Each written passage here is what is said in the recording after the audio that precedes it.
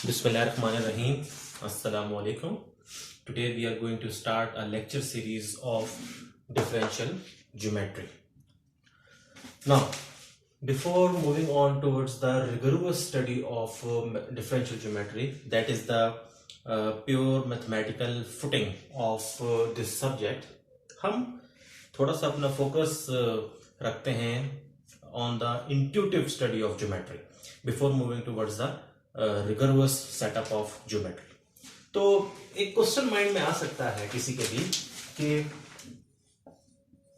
why geometry, कि क्या जरूरत थी कि ज्योमेट्री को मैथमेटिक्स की एक सब्सटेंशियल ब्रांच के तौर के ऊपर माना जाए। जिस तरह अलजेब्रा, टोपोलॉजी, एनालिसिस मौजूद है, तो क्या जरूरत थी कि ज्योमेट्री को भी एक ब्रांच का दर्जा दिया जाए। इंसान अपनी जिंदगी के अवाइल से ही मुख्तलिफ शेप्स को देखने में, अंडरस्टैंड करने में दिलचस्पी लेता रहा है। इसकी मिसाल बिल्कुल ऐसे है कि किसी भी छोटे बच्चे के सामने अब आजकल आप मोबाइल जब रखते हैं तो he has no concept of mobile phone in his mind. Just जो कॉन्सेप्ट उसके माइंड में है, जो उसको उसकी तरफ अट्रैक्ट करता है, वो उस मोबाइल फोन की शेप है। एक ऐसी शेप है जिससे वो यूज टू हो चुका है, जिसको वो हाथ में लेके खेलने का यूज टू हो चुका है। इवन वो अगर अपने माँ या बाप के पास जा रहा है तो ठीक है, वो मुंह से उन्हें मामा पापा कह रहा है, बट उसके दिमाग में माँ और बाप का कोई कॉन्सेप्ट मौजूद नहीं है।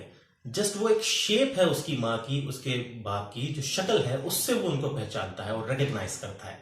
तो इंसान की इंट्यूशन में ये चीज मौजूद है कि ज्योमेट्री ऑफ ऑब्जेक्ट्स हमेशा से उसको इंप्रेस करते आए हैं। और इनिशियली आप किसी भी चीज को आइडेंटिफाई जब करते हैं अपनी लाइफ में तो शेप के थ्रू करते हैं। आपके सामने अगर एक नई चीज आ जाए जिसका नाम आपको नहीं पता, तो नेक्स्ट टाइम आप जब उसको देखेंगे तो आप उसको नाम के जरिए आइडेंटिफाई नहीं करेंगे, बल्कि you will identify it by remembering the memory कि जिसमें आपने उस पर्टिकुलर चीज को देखा था। तो इसी का नाम ज्योमेट्री है, इंट्यूटिव वे में अगर बात की जाए। तो इस सिलसिले में जो पहला रिटन वर्क हमें मिलता है, जो पहला प्रॉपर वर्क हमें जो है वो रिटन फॉर्म में मिला, वो यूक्लिड का है, जिसे अक्लीदस के नाम से भी हम जानते हैं। यूक्लिड ने क्या किया कि उससे पहले जितने भी मैथमेटिशियंस ने ज्योमेट्री की फील्ड में अपनी कंट्रीब्यूशंस दी थी, उसने उन सबको और अपने काम को मिलाकर एक वॉल्यूम तरतीब दी। एक बुक की शेप में वो तमाम चीजों को ले आया और इस बुक को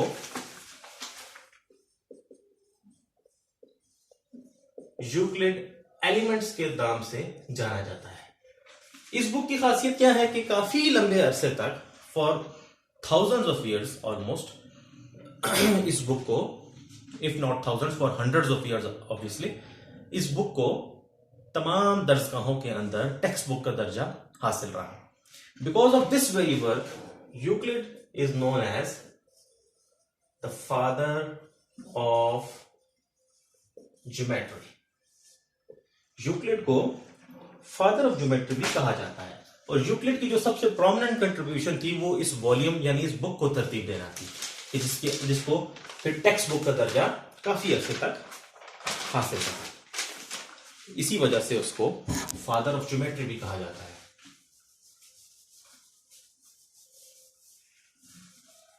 इसके बाद जो नेक्स्ट टर्म हमारे जहन में आता है वो है आर्शिमीडस का। आर्शिमीडस भी अवाहिल से ही अपनी जिंदगी के मुख्तलिफ ऑब्जेक्ट्स की शेप्स की अंडरस्टैंडिंग के अंदर मसरूफ रहा, और उसका जो मेजर कारनामा था कि he calculated the volume of the sphere. जो 4/3 पाई आर क्यूब का फार्मूला आप पढ़ते हो, ये आर्शिमीडस ने ही इसको फर्स्ट टाइम डिराइव किया था। और उसकी ज्योमेट्री की जो सेंस थी या ज्योमेट्री की अंडरस्टैंडिंग इस लेवल पे थी कि उसने एक दफा ये कह दिया कि give me a place to stand and I will move the earth. तो उसके ज्योमेट्री के कॉन्सेप्ट इस कदर इमेजिनरी लेवल तक पहुंच चुके थे कि जहां पर उसने ये स्टेटमेंट दी कि अगर आप मुझे खड़े होने की जगह कहीं दे दो तो मैं इस अर्थ को मूव कर सकता हूं। तो ये आर्शिमीडस, जो कि इसका बुनियादी काम था कि इसने सफियर का वॉल्यूम कैलकुलेट किया। Next, Muslim era. We all know के मुस्लिम साइंसदान और मुस्लिम माहिर फल्कियात सिंस डे वन वो इस चीज में इंटरेस्टेड रहे हैं कि how to find the position of the moon, because we all know कि इस्लामी साल, इस्लामी महीने चांद की पोजीशन के ऊपर डिपेंड करते हैं। ये चीज और ज्यादा ऑब्वियस होती है कि जब ईद आ रही होती है तो we are always interested being a Muslim के to locate, to identify the position of the moon. तो मुसलमानों की ज्योमेट्री के अंदर जो काम था वो मोस्टली इस लाइन के ऊपर था कि they were always interested in finding the position of the moon, और इस चीज ने सब्जेक्ट को और ज्यादा डेवलप किया।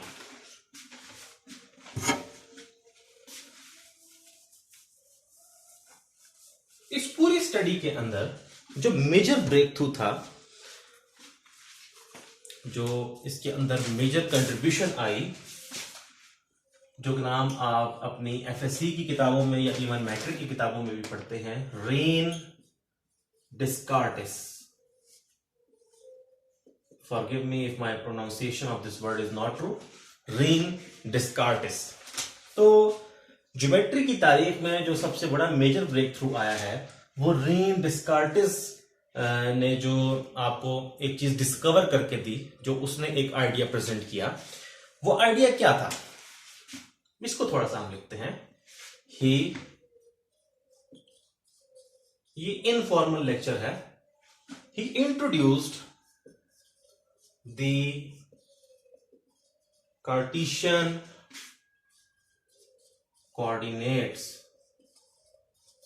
and it is also said that the same thing is also done by Pierre de Fermat. Pierre de Fermat. What does it mean? उसने Cartesian coordinates का कॉन्सेप्ट दिया, और इसी चीज को पायर डी फर्मेट ने भी इंट्रोड्यूस किया। तो हम कह सकते हैं कि ये दोनों, ये एक ही चीज इन दोनों ने इंडिविजुअली अलग-अलग प्रेजेंट की। नाउ हम अंडरस्टैंड करते हैं कि ये कार्टेशियन कोऑर्डिनेट्स जो हैं ये कैसे हेल्प आउट करते हैं और इसकी मेजर एप्लीकेशन क्या है।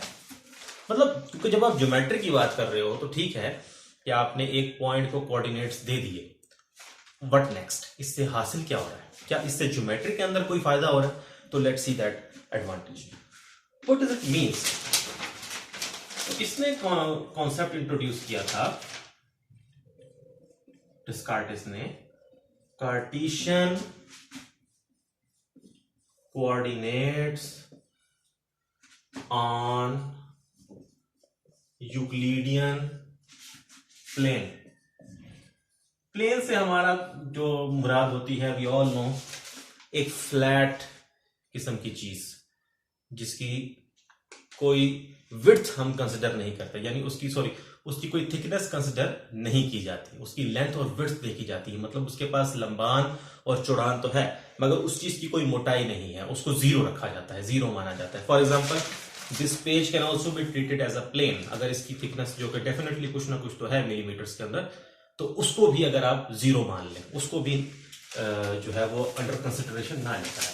तो यूक्लिडियन प्लेन में कार्टेशियन कोऑर्डिनेट्स किस तरीके से दिए रेन डिस्कार्टिस ने? He said we can associate a point in plane with an ordered pair of two real numbers। उसने कहा कि प्लेन के किसी भी पॉइंट को आप दो रियल नंबर असाइन कर सकते हैं जो कि ऑर्डर पेयर की फॉर्म में हो। ऑर्डर पेयर बेसिकली फिर यहीं से आइडिया फिर बना कि R2 के जो एलिमेंट्स हैं, कार्टेशियन प्रोडक्ट आप पढ़ते हो तो उसके पीछे मेन थीम कार्टेशियन कोऑर्डिनेट्स है। क्यों कार्टेशियन प्रोडक्ट को उस अंदाज में डिफाइन किया जाता है कि ये पहला कंपोनेंट पहले सेट से आ रहा है, दूसरा दूसरे से आ रहा है, उसके पीछे मेजर जो चीज है वो ये वर्क कर रही है।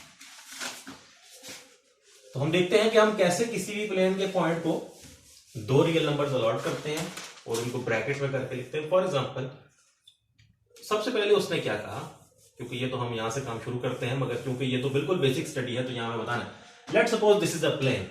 तो उसने कहा कि प्लेन के अंदर एक रेफरेंस पॉइंट रखें जिसको 0 और 0 अलॉट किया जाए, और यहां से आप अपने प्लेन को हॉरिजॉन्टल और वर्टिकल लाइंस के जरिए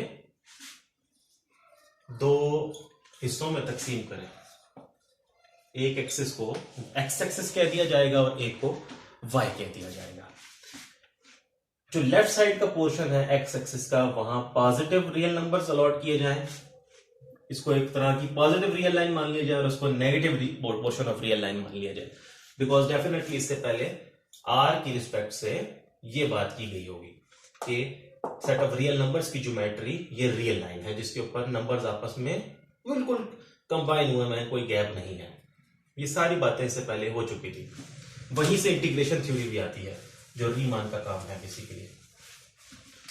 तो कोई भी पॉइंट आप चूज करते हो तो ये एक पॉइंट है डेफिनेटली प्लेन के अंदर। अब पॉइंट की अपनी कोई डेफिनेशन नहीं है, पॉइंट को भी फिर हम ऑर्डर पेयर्स के जरिए से ही आइडेंटिफाई कर रहे होते हैं।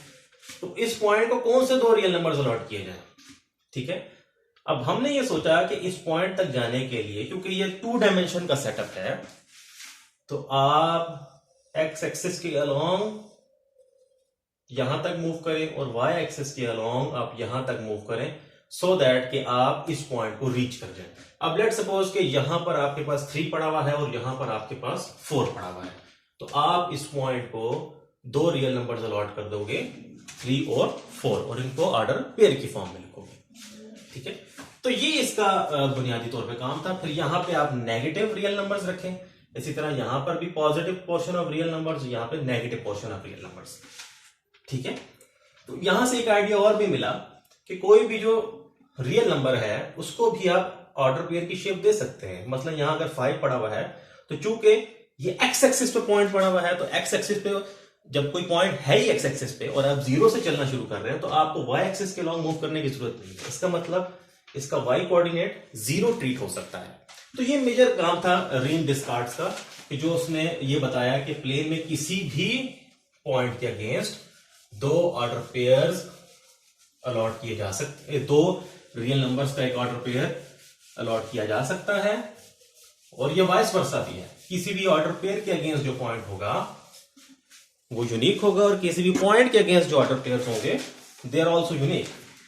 तो नेक्स्ट क्वेश्चन, इस केस का फायदा क्या है? What's the advantage of doing this? तो जो हमारा प्लेन था, अब हम उसको कोऑर्डिनेट प्लेन या कार्टेशियन प्लेन कह सकते हैं।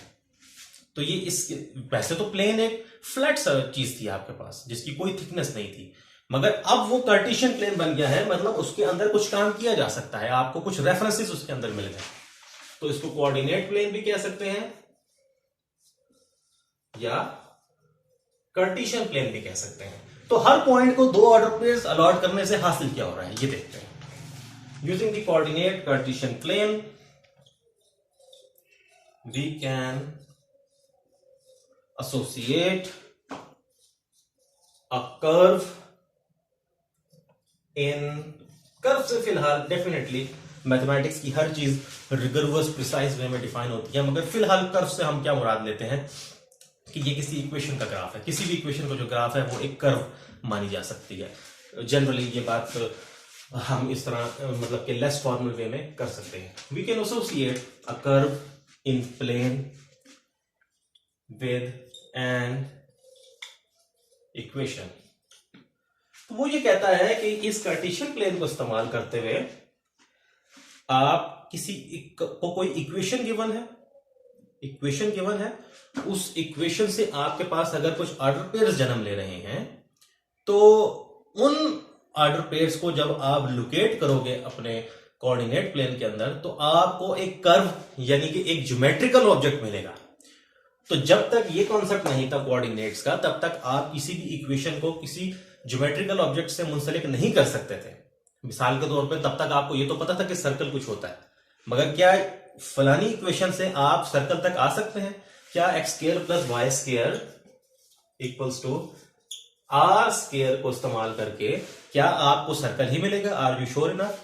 तो ये चीज यहां से वाज़ेह हुई। अब हम इस बात को देखते हैं, इस एप्लीकेशन को एक एग्जांपल के जरिए से समझते हैं कि क्यों कार्टेशियन कोऑर्डिनेट्स का इस्तेमाल करके आप किसी भी इक्वेशन को किसी कर्व के साथ जनरेट कर सकते हो। यहां से एक और आइडिया बड़ा वाज़ेह होता है कि अगर आपके पास कार्टेशियन या कोऑर्डिनेट प्लेन का कॉन्सेप्ट ना होता तो सिंपली आप ग्राफ्स की बात कभी भी नहीं कर सकते थे। तो ये एक बहुत बड़ी कंट्रीब्यूशन है देखा जाए तो, जो कि बज़ाहिर बहुत सिंपल सी लगती है कि जी एक पॉइंट को 2 ऑर्डर पेयर्स मिल गए। फॉर एग्जाम्पल आपके पास एक इक्वेशन है, अब ये एग्जाम्पल है इसकी इसी बात की, ठीक है। अब इसके अंदर कुछ पॉइंट्स आपके पास बन रहे हैं, यानी कि अब 2 रियल नंबर्स जब भी होंगे, एक को x कह दें एक को y कह दें, तो अब आपके पास चूंकि कोऑर्डिनेट्स का कॉन्सेप्ट मौजूद है तो उसके अगेंस्ट जब मैंने क्या बताया, जब पॉइंट है तो ऑर्डर पेयर्स हैं और जब ऑर्डर पेयर्स हैं तो पॉइंट्स हैं। तो मिसाल के तौर पर आप जब x को 0 रखते हैं तो आपको y भी 0 मिलेगा, आप x को 1 रखें तो आपको y भी 1 मिलेगा। आप अगर x को -1 रखें तो यू विल स्टिल गेट 1, 2 रखें तो यू गेट 4, और अगर आप -2 रखें तो यू विल स्टिल गेट 4। तो यहां कुछ पेयर्स बन रहे हैं आपके पास 0 0 1 1, क्योंकि कोई से भी 2 रियल नंबर्स को ब्रैकेट के अंदर कामा से सेपरेट किया जाए तो वो एक ऑर्डर पेयर की सिचुएशन बन रही होती है।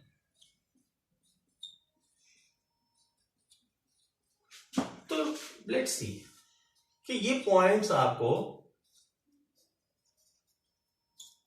प्लेन के अंदर कैसे रिस्पॉन्ड करेंगे। ऑब्वियसली एक पॉइंट इसमें आएगा 0 0 का। अब नेक्स्ट आपको 1 1 चाहिए, ठीक है। तो जब आपको 1 चाहिए तो आप 1 यहां चलेंगे और 1 यहां चलेंगे, तो इन दोनों के सामने क्या चीज बन रही है, ये चीज। तो ये पॉइंट आ गया आपके पास 1 1। अब आप सारे लोग जो हैं वो इन बातों को समझते हैं कि ये किस तरीके से, क्योंकि आप इन सब कुछ चीजों को कर तो रहे होते हैं मगर पीछे बैकग्राउंड को ऐसे स्टडी नहीं किया जा रहा होता। तो आई होप यू नो कि how to look at these points. तो ये -1 1 आ गया आपके पास। इसी तरीके से यहां थोड़ा ऊपर जाएंगे तो यू विल गेट 2 4, और यहां पे जब आप जाएंगे तो यू विल गेट -2 and 4। तो अगर आप इन पॉइंट्स को स्मूथ वे में ज्वाइन करें तो यू कैन सी कि आपको एक ज्योमेट्रिकल ऑब्जेक्ट मिल रहा है, समथिंग लाइक दिस।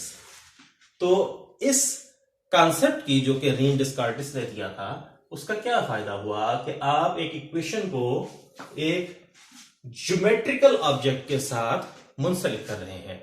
एक प्योरली अलजेब्राइक किस्म की चीज थी, तो उसको आपने किस चीज के साथ एसोसिएट कर दिया, ज्योमेट्रिकल ऑब्जेक्ट के साथ, यानी कि वहां से फिर एक ज्योमेट्री आपके पास सामने आई।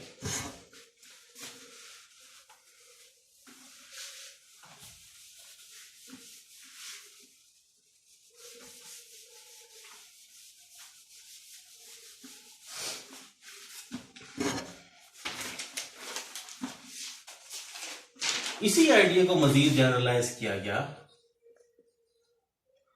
जिस तरीके से प्लेन होता है, तो प्लेन से एक स्टेप जब आप आगे जाते हो, जब आप 3 एक्सिस की बात करते हो, रियल वर्ल्ड की भी बात करते हो, तो उसमें किसी चीज की लेंथ भी है, विड्थ भी है और थिकनेस भी मौजूद है।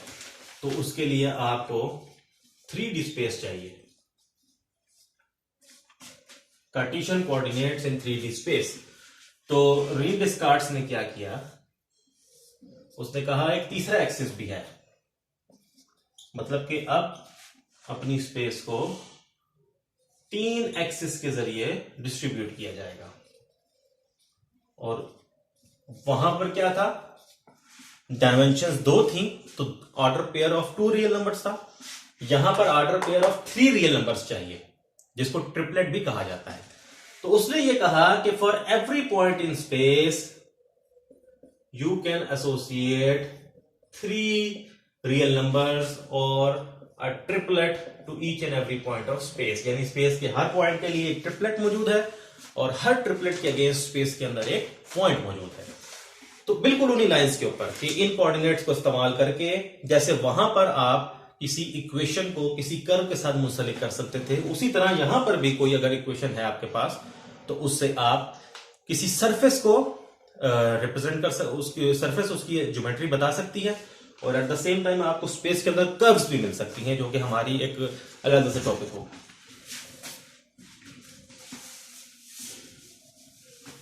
तो इस आइडिया को यूज करके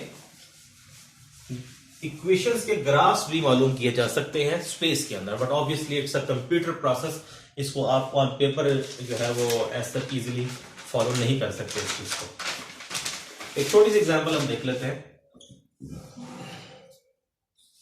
ये आपके पास एक 3D सेटअप है, x axis, y axis, z axis.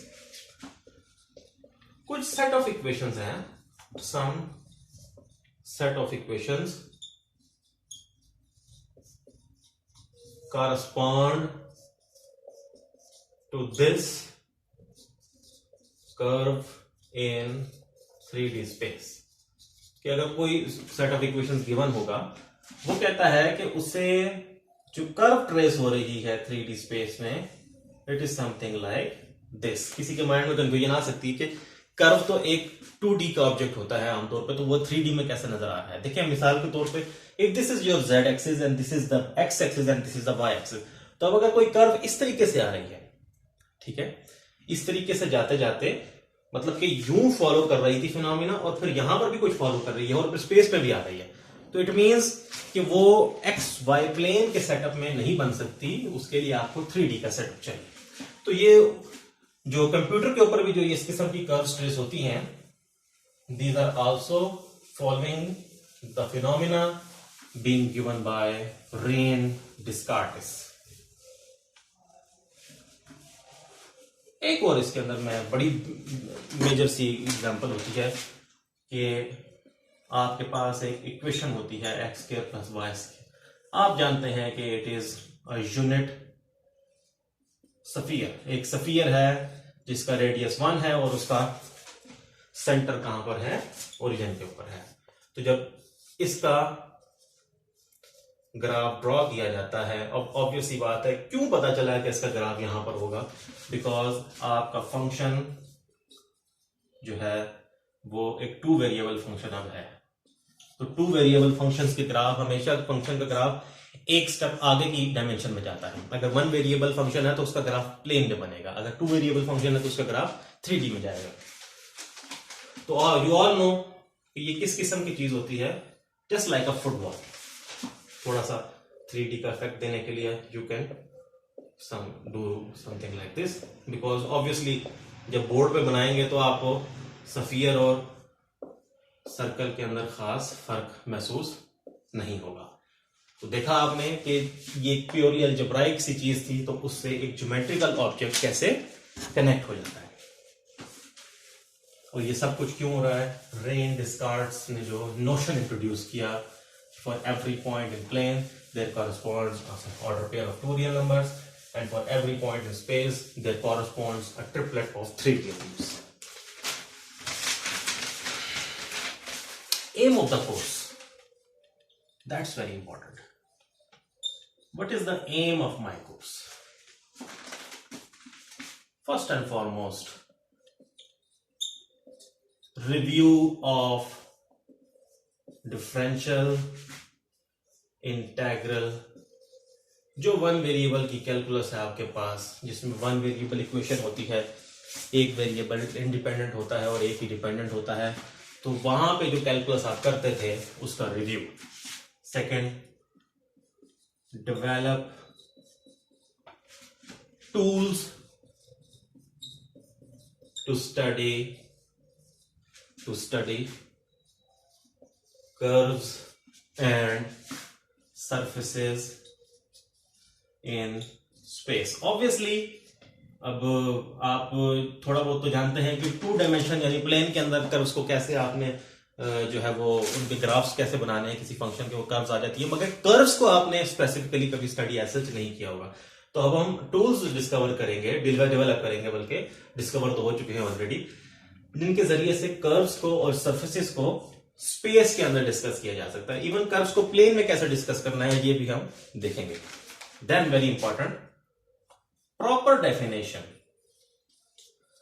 ये कह देना कि किसी फंक्शन का ग्राफ कर्व है, ये बस वक्ती तौर पे तो ये बात ठीक है, मगर you have to define everything in mathematics rigorously in pure mathematical footings. Proper definition of surface curve. Then the most important thing, how to do calculus on a surface. ठीक है, on a surface or on a curve in 3D. ये अभी तक हमें नहीं पता चल सका. That's a very interesting question. Why should we put our interest in doing calculus on the surfaces? इस चीज को देखते हैं.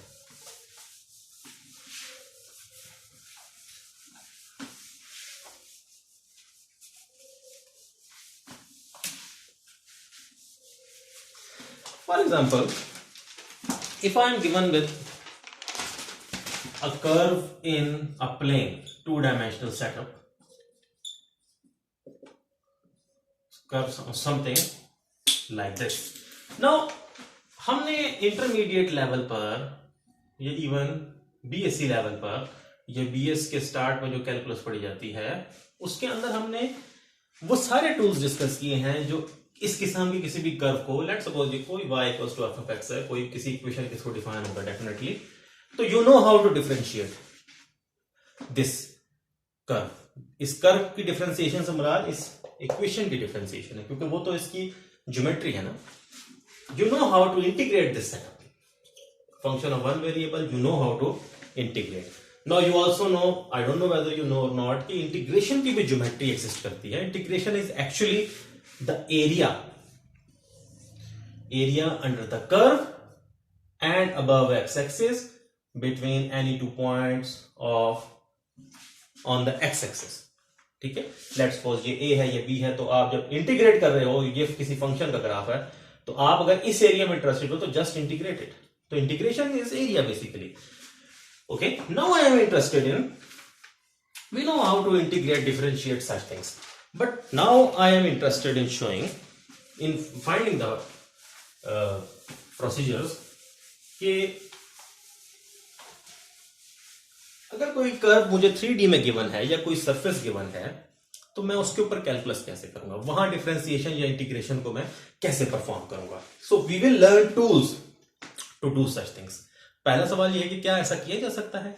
For example, we all know कि earth is a planet and we are living in a 3D space. My question is, if there is some curve on the earth, के अंदर अगर कोई कर्व मौजूद है, can I integrate it? Can I differentiate it? The answer is yes, you can do that. But how to do that? For that matter, you have to develop a lot of theory before moving towards the actual procedure, that how should we do this. So we will study to calculate the integrals of such curves, to integrate, to differentiate such things, and also we will be able to differentiate between two surfaces. We will go towards the curvatures, the procedure of calculating the curvatures of the surfaces. Now another question, why should we study surfaces? Because surfaces are all around us. आपके आसपास बेतहाशा surfaces है. For example, your earth is a surface in which you are living. Human body is also a surface. So your hands are also representing the surfaces. So each and every object surrounds you is a surface. So you must be able to know the tools to integrate and differentiate these surfaces or the curves inside these 3D setups. So inshallah, in the next lecture, we will start the precise mathematical writing of the prerequisites which are necessary for differential geometry setup. Thank you.